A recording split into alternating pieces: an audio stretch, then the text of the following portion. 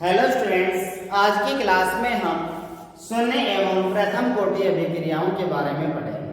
सबसे पहले हम बात करेंगे कि शून्य कोटि अभिक्रियाएं क्या है। शून्य कोटि अभिक्रियाएं हम किन्हें कहेंगे? ऐसी अभिक्रियाएं जिनका अभिक्रिया वेग अभिकारकों की सांद्रता की शून्य घात के समानुपाती होता है, शून्य कोटि अभिक्रियाएं कहलाती हैं। एक बार फिर से सुनिए, ऐसी अभिक्रियाएं जिनका अभिक्रिया वेग अभिकारकों की सांद्रता की शून्य घात के समानुपाती होता है, शून्य कोटि अभिक्रियाएं कहलाती हैं। या दूसरे शब्दों में हम ऐसे भी कह सकते हैं कि ऐसी अभिक्रियाएं जिनका अभिक्रिया वेग अभिकारकों की सांद्रता पर निर्भर नहीं करता है, शून्य कोटि अभिक्रियाएं कहलाती हैं। मान लो ये एक शून्य कोटि अभिक्रिया है जिसमें क्रिया कारक A से उत्पाद का निर्माण हो रहा है। इस अभिक्रिया का अभिक्रिया वेग द्रव अनुपाती क्रिया नियम से दिया जा सकता है। द्रव अनुपाती क्रिया नियम के अनुसार किसी भी अभिक्रिया का वेग अभिकारकों या क्रियाकारकों की सांद्रता के समानुपाती होता है। मान लो अभिक्रिया वेग dx/dt, जिसके लिए शून्य कोटि अभिक्रिया के लिए dx/dt समानुपाती किसके होगा? एक ही सांद्रता। लेकिन हम बात कर रहे हैं किसकी? शून्य कोटि अभिक्रिया की, तो एक ही सांद्रता की शून्य घात के समानुपाती होगा। जब हम समानुपाती के चिन्ह को हटाएंगे तो एक स्थिरांक आएगा जिसे हम वेग स्थिरांक या वेग नियतांक कहते हैं कि a⁻0। अब हमें पता है कि किसी की भी पावर 0 का मतलब क्या होता है? a⁻0 है। इसका मतलब क्या होगा? इसकी वैल्यू कितनी होगी? 1 होगी। तो हम कह सकते हैं dx/dt k। ये हो गई शून्य कोटि अभिक्रिया के लिए अवकलित वेग समीकरण। क्या कहेंगे इसे? अवकलित वेग समीकरण। अवकलित वेग समीकरण, समीकरण नंबर 1। इस समीकरण 1 को हम ऐसे भी तो लिख सकते हैं ना कि k dx = k dt। समीकरण 1 से क्या लिख सकते हैं? बोलो। dx = k0 dt, समीकरण नंबर 2। अब हम समाकलित वेग समीकरण देखेंगे शून्य कोटि अभिक्रिया के। समाकलित वेग समीकरण,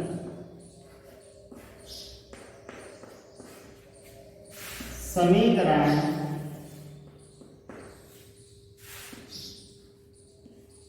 2 का समाकलन करने पर, समीकरण 2 का समाकलन करने पर कैसे करोगे? समाकलन dx = k0 एक स्थिरांक, वेग नियतांक है या वेग स्थिरांक है। कभी भी स्थिरांक या कांस्टेंट का समाकलन नहीं होता है। हम क्या लिखेंगे? k0 dt। ठीक। dx का समाकलन क्या होगा? x = k0 और dt का समाकलन क्या होगा? t + c। यहां पर c समाकलन स्थिरांक है। c क्या है? समाकलन स्थिरांक। अगर हम अभिक्रिया की प्रारंभिक अवस्था की बात करें तो हम कह सकते हैं कि t = 0, क्योंकि समय कितना होगा प्रारंभ में? 0। तो x क्या है? सांद्रता है इसकी, प्रोडक्ट की, तो वो भी कितनी होगी? 0। x 0। ये क्या है? समीकरण नंबर 3। तो हम कह सकते हैं कि समीकरण 3 से पहले हो गए 0 is equal to k not into 0 plus सी। तो हम कह सकते हैं कि सी इज इक्वल टू 0। सी की वैल्यू कितनी आ गई? 0। इस सी की वैल्यू हम रखेंगे समीकरण 3। इसको हम मिटा देते हैं। समीकरण 3 में सी का मान रखेंगे। समीकरण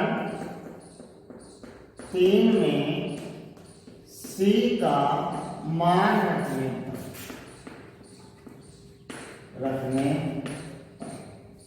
समीकरण 3 में। बताओ क्या आएगा? x is equal to k naught t plus c की जगह क्या लिखेंगे? 0। x is equal to k naught t, या हम कह सकते हैं k naught is equal to x upon t. ये क्या आ गई? शून्य कोटि अभिक्रिया के लिए समाकलित वेग समीकरण। समाकलित वेग समीकरण ये किसके लिए आ गई? शून्य कोटि अभिक्रिया के लिए। हम समीकरण नंबर 4 नाम देंगे। यहां तक समझ में आ गया होगा समाकलित वेग समीकरण। अब हम इसका ग्राफ देखेंगे कि किस तरह से हम ग्राफ बनाएंगे x और t के मध्य। समीकरण 4 से बनाएंगे।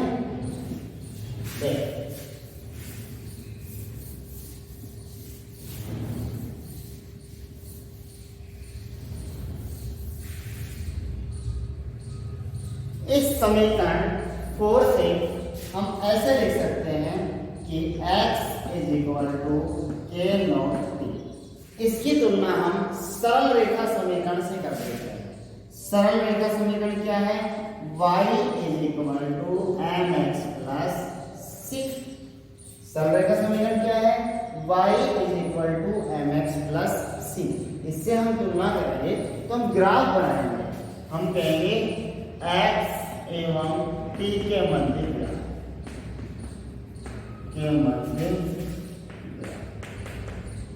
बनाते हैं। देखो हमने ग्राफ बनाने के लिए इस समाकलित वेग समीकरण जो x is equal to k0 t आएगी, इसकी हमने सरल रेखा समीकरण से तुलना की। तो देखिए y एक्सिस पर कौन आएगा? x आएगा। y एक्सिस बनाइए। ग्राफ को कभी भी रटना नहीं, ग्राफ को सिर्फ सीखना है। देख y एक्सिस पर क्या आएगा? x जो सांद्रता है। अच्छा, अब x एक्सिस पर कौन आएगा? t time. यहां पर स्लोप या ढाल क्या है? n, जो क्या आएगा? k नॉट देख लेंगे। और c क्या है? इंटरसेप्ट। बताओ कुछ दिख रहा है क्या प्लस में? नहीं दिख रहा, तो हम 0 लिखेंगे। c की वैल्यू कितनी है? 0। जब इंटरसेप्ट 0 होता है तो ग्राफ अपने मूल बिंदु से शुरू होता है। ग्राफ कहां से शुरू होगा? मूल बिंदु से। जब इस c की वैल्यू पॉजिटिव में होती है तो ग्राफ मूल बिंदु से कुछ ऊपर से शुरू होता है, जहां तक भी वो इंटरसेप्ट होता है। क्योंकि c क्या है यहाँ पर? इंटरसेप्ट। मान लो c की वैल्यू 5 होती, कुछ भी होती, तो ग्राफ इससे ऊपर शुरू होता। c की वैल्यू नेगेटिव में होती तो ग्राफ नीचे से शुरू होता, अगर नेगेटिव में वैल्यू होती। लेकिन यहाँ पर कितनी है? 0। जब 0 वैल्यू होती है तो ग्राफ अपने मूल बिंदु से शुरू होता है। तो ग्राफ कहां से शुरू होगा? यहां से। अब देखो x और t एक दूसरे के समानुपाती, तो हम कह सकते हैं ग्राफ कैसे बढ़ेगा आगे? ऐसे। अब हम इसमें स्लोप की वैल्यू निकाल देते हैं। ये यहाँ पर यहाँ पर slope is equal to tan theta. Slope is equal to tan theta. tan theta के इक्वल होगा, और वो वैल्यू कितनी होगी? के वेग स्थिरांक या वेग नियतांक के बराबर। ग्राफ समझ में आ गया होगा x एवं t के मध्य। अच्छा, अब हम देखेंगे अर्ध आयुग। सबसे पहले हम बात करेंगे कि अर्ध आयुग क्या है। शून्य कोटि अभिक्रिया के लिए हम अर्ध आयु की बात करेंगे, अर्ध आयु के बारे में पढ़ेंगे। किसी भी अभिक्रिया में अभिकारकों की सांद्रता का आधा भाग अपघटित होने में लगने वाला समय क्या कहलाता है? अर्ध आयु कहलाता है। शून्य कोटि अभिक्रियाओं की हम अर्ध आयु की बात करेंगे। किसकी बात करेंगे? अर्ध आयु। अर्ध आयु क्या होती है? सुनिए वापस से।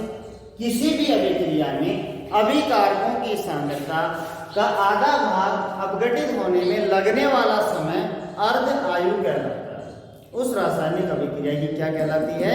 अर्ध आयु। जैसे हम बात करें किसी अभिक्रिया की और उस अभिक्रिया में हम R से क्या बना रहे हैं? प्रोडक्ट बना रहे हैं। क्या बना रहे हैं? प्रोडक्ट। सबसे पहले हम बात करें जब हमारे पास t बराबर 0 समय है, तो 0 समय पर इसकी सांद्रता मान लो a है, तो प्रोडक्ट कुछ बना है क्या? कुछ नहीं बना, क्योंकि अभी t टाइम कितना है? 0 है, तो प्रोडक्ट कितना होगा? 0। अभी पूरा का पूरा हमारे पास क्या है? रिएक्टेंट t है। अगर मैं बात करूं t is equal to t half की बात कर लें, आधे टाइम की बात कर लें, तो इसका आधा भाग अपघटित होगा, क्योंकि हमने परिभाषा क्या बोली है कि किसी भी अभिक्रिया में अभिकारकों की सांद्रता का आधा भाग अपघटित होने में लगने वाला समय क्या है? अर्ध आयु है। तो हम कह सकते हैं कि ये कितना होगा? a half. तो ये कितना बना? a minus a half, a half, क्योंकि आधा भाग प्रोडक्ट में चेंज हो गया, आधा भाग बचा हुआ है। कब? t हाफ पर अर्ध आयु काल। अब हम बात करते हैं समाकलित वेग समीकरण से। समाकलित वेग समीकरण बताओ, समाकलित वेग समीकरण क्या है? समाकलित वेग समीकरण की k naught is equal to x upon t। इससे हम t की वैल्यू कैलकुलेट कर लेते हैं। इसकी वैल्यू कैलकुलेट करेंगे t की। बताओ t के इक्वल में हम क्या लिख सकते हैं? t इज इक्वल टू बोलो x अपॉन के जी लिखेंगे। t is equal to x upon k जी। जब हम बात करें t is equal to t half की, तो बताओ x इज इक्वल टू क्या हो गया? x क्या है? प्रोडक्ट है। वो कब बन रहा था? वो t समय पर बन रहा था। लेकिन अब हम बात कर रहे हैं किसकी? t हाफ की, तो x इज इक्वल टू क्या आएगा? a half. ये क्या है? x ये प्रोडक्ट की सांद्रता है, कितना आया? a half. तो हम कह सकते हैं कि t हाफ इज इक्वल टू x की जगह क्या लिखेंगे? a upon 2k0। यहाँ पर a क्या है? अभिकारकों की प्रारंभिक सांद्रता है। a क्या है? अभिकारकों की प्रारंभिक सांद्रता। t हाफ क्या है? अर्ध आयु काल है। और j नॉट क्या है? शून्य कोटि अभिक्रिया के लिए वेग नियतांक या वेग गुणांक या वेग स्थिरांक। अब हम बात करते हैं इसकी t हाफ की। t हाफ समानुपाती a। हम कह सकते हैं कि शून्य कोटि अभिक्रिया का अर्ध आयु किसके समानुपाती होगा? अभिकारकों की प्रारंभिक सांद्रता। ये हो गया अर्ध आयु। किसका? शून्य कोटि का। शून्य कोटि अभिक्रिया के लिए अर्ध आयु। अब हम बात करते हैं शून्य कोटि अभिक्रिया के उदाहरण। देख लेते हैं कौन कौन से उदाहरण। शून्य कोटि अभिक्रिया के वेग नियतांक के मात्रक तो हम पढ़ ही चुके। अब हम सिर्फ एग्जाम्पल पढ़ेंगे शून्य कोटि अभिक्रियाओं के उदाहरण। देखिए, सबसे अच्छा उदाहरण है मैंने कल भी बताया था, H2 प्लस Cl2 क्या बन रहा है 2HCl। ये सूर्य के प्रकाश की उपस्थिति में ये इन दोनों पर ही या H2 और Cl2 दोनों की सांद्रता का अभिक्रिया वेग पर कोई प्रभाव नहीं पड़ रहा, या मैं कह सकता हूं अभिक्रिया वेग इन दोनों की सांद्रता पर ही डिपेंड नहीं कर रहा है। तो कौन सी कोटि की अभिक्रिया है, शून्य कोटि की अभिक्रिया।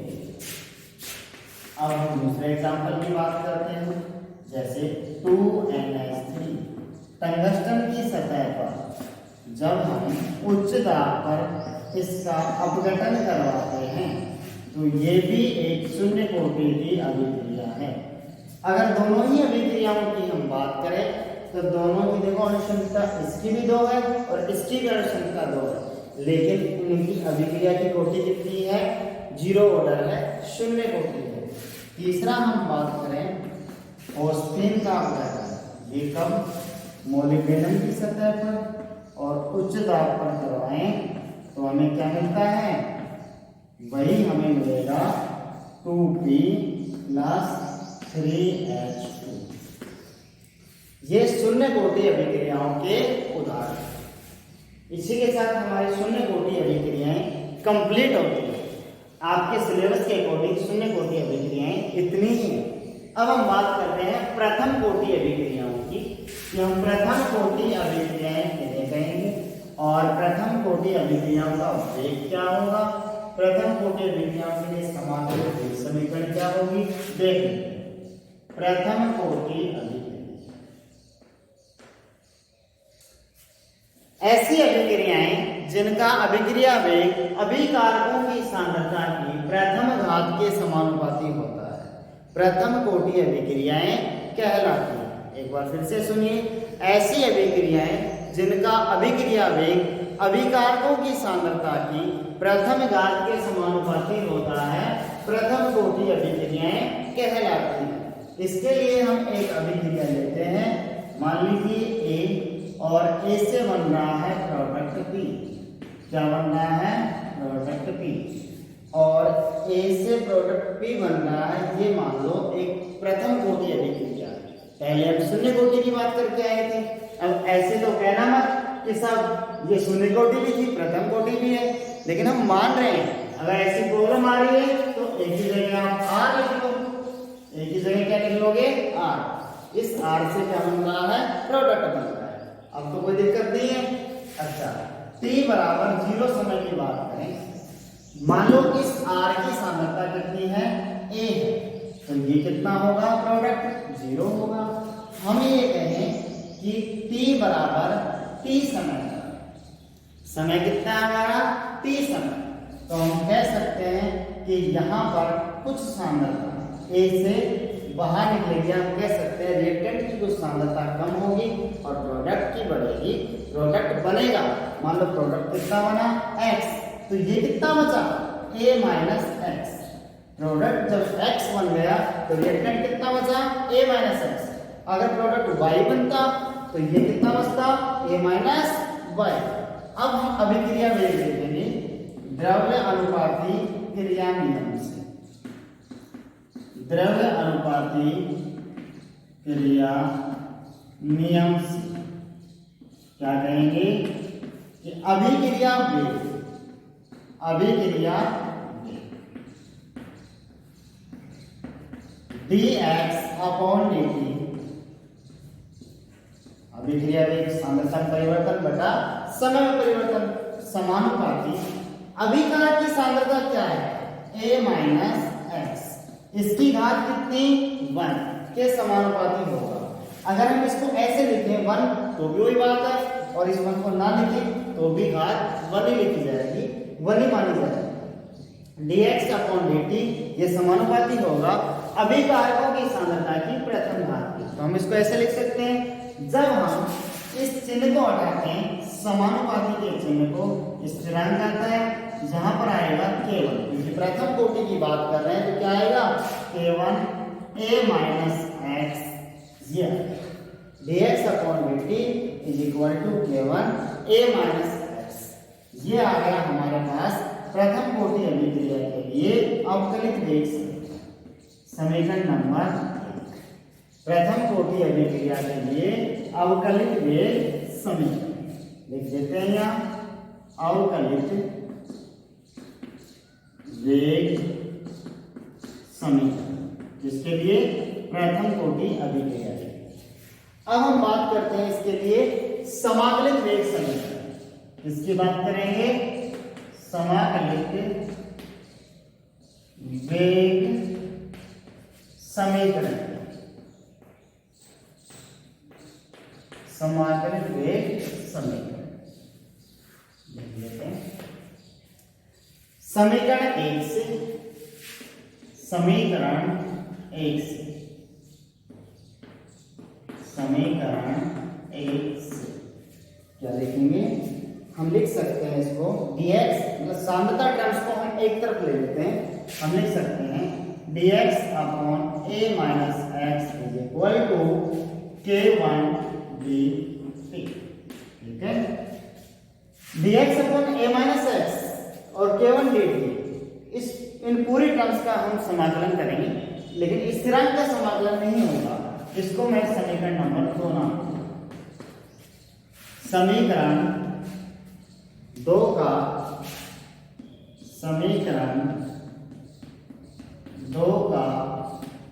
समाकलन करने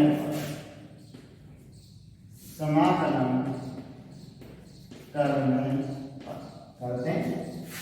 समाकलन dx upon a minus x is equal to k1 समाकलन dt। k1 का समाकलन नहीं होगा क्योंकि ये क्या है? एक स्थिरांक। dx upon a minus x इसका समाकलन आएगा minus ln a minus x. और अगर हम बात करें dt के समाकलन की तो dt का समाकलन क्या आएगा? ठीक, तो हम लिख सकते हैं इसको minus ln a minus x is equal to k1 t plus c। जहां पर c क्या है? c यहां पर है समाकलन स्थिरांक। c क्या है? समाकलन स्थिरांक। ठीक है, अब हम आगे बात करें कि प्रारंभिक अवस्थाएं हम देखें समीकरण किसी भी रासायनिक अभिक्रिया की, तो हम इसको किस तरह से लिख सकते हैं? C की वैल्यू कैसे निकाल सकते हैं? देखते हैं।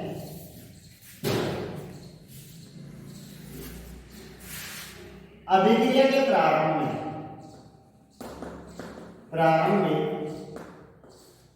अवस्था में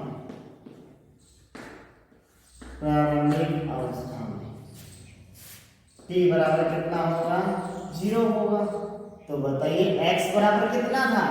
t बराबर 0 पर प्रोडक्ट कितना बना था? 0 बना था। कितना बना था? 0। तो हम कह सकते हैं समीकरण, इसको समीकरण नंबर 3 नाम देते हैं।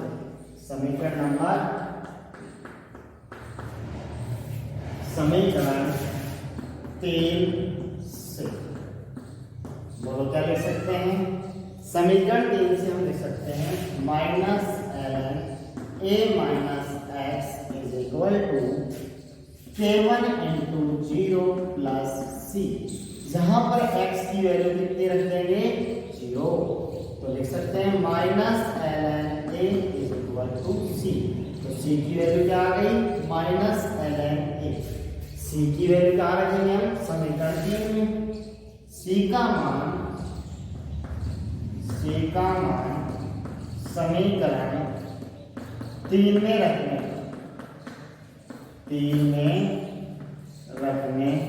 पर क्या करेंगे हम?